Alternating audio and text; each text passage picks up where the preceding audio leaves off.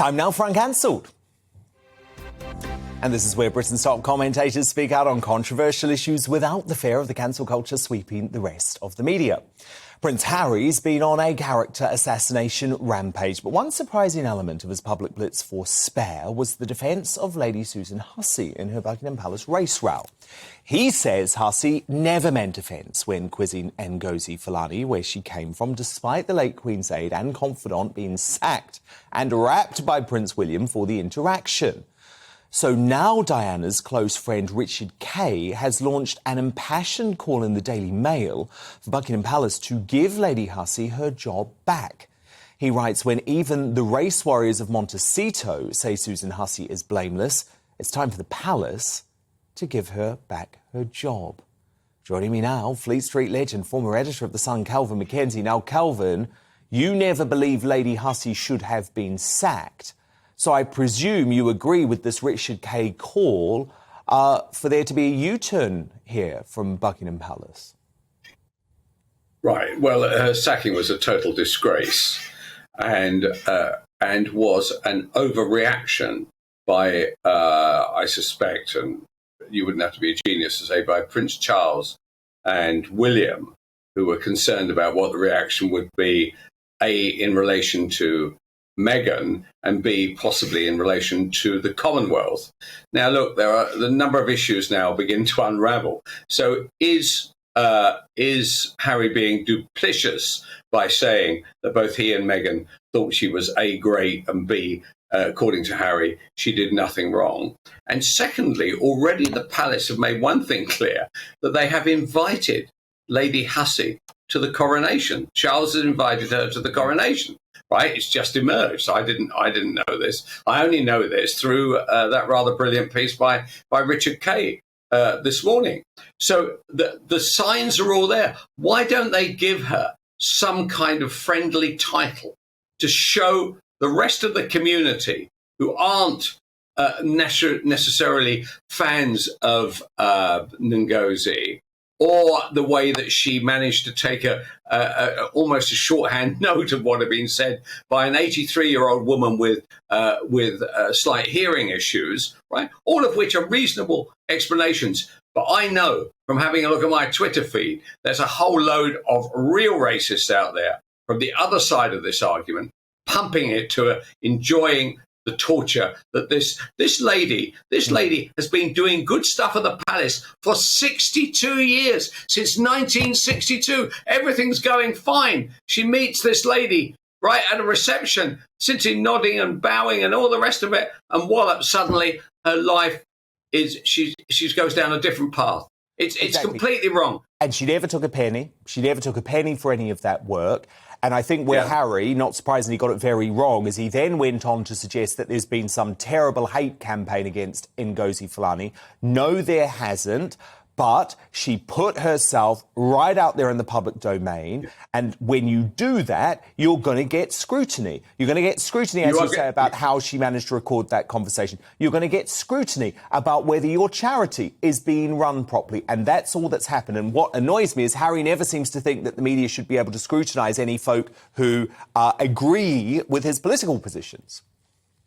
No, the issue for Harry is he doesn't want any scrutiny at all. He wants to walk on water for the whole of his life.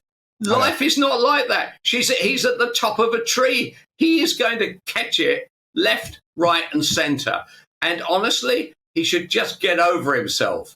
Nobody really cared about him until he decided to write his book. No, indeed. But could you believe this today? After everything he said, here he is, posing for a photo shoot on the front of People magazine. So this is the same outlet which Meghan's Hollywood friends ran to when they gave that infamous leaked story about the Duchess and her dad. So how can he trash the British tabloids 1 minute, Kelvin, and then be posing up for what is really an American supermarket tabloid the next? Well, he doesn't have any sense of himself. He doesn't have any sense of he has this one view. Oh, I hate the press. I hate the press. Oh, hold on a second. These people can be useful to me as long as they don't. And all kinds of things.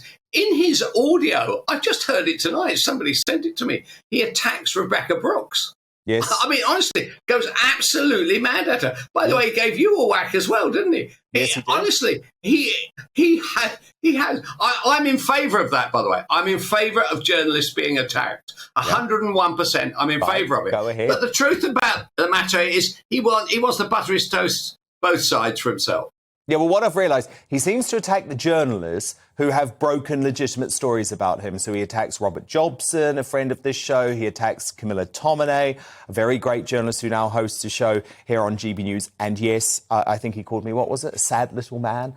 Something like that. But he doesn't deny that the story that I was breaking about him was true. What do you make, though, Kelvin, when you look at the stories that he tells of the press invading his privacy as a teenager? Do you think the British media should have any regrets about that? Well, look, honestly, if he were a guy that was living some kind of monastic life, I totally agree. But honestly, he's a teenager in the spotlight all the time, literally from the moment he was born. It is something that, you know, as I say this over and over again, it's like a captain complaining about the sea. I'm afraid it's something you just have to live with. And he has a hatred because he blames the press for the death of his mother. And that was the final point at which he snapped. The guy's clearly not very well. He attacks everybody. He has punch-ups with his brother, hates his dad, hates his stepmother, hates everybody. What on earth is wrong with this guy? Can't he look to himself? The only person he probably doesn't hate is the therapist who's getting paid $500 an hour to listen to this tosh, you know? And who's on speed dial? You know, he's the first person he called after he'd had a little fisticuffs with William, was the therapist. Yeah, no, he would have a good story about having to sit there and listen to this nutbag giving it to him for hours on end about what a dreadful life he's had. Honestly, ordinary people, there are some people out there right now in the UK and all over the world, or Ukraine or somewhere like that, who are having very difficult times. Prince Harry is not in the first 4.5 billion people on this planet who's having a tough time.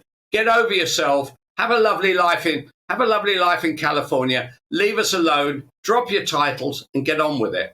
I'd love him to explain. You see, I thought Tom Bradby did a very poor job. Why didn't he ask him? Me too. Why didn't he say, give up your title? Give up your title, Harry, and then a lot of this stuff will go away. But we know when he was asked that question, he said, well, what will that achieve? Well, actually, the answer to that, A, is quite a lot. Financially, he'd probably be a lot worse off. But secondly, it would make him a much more private figure. Indeed. So why didn't Bradby, who probably gets paid $500,000 a year to do this?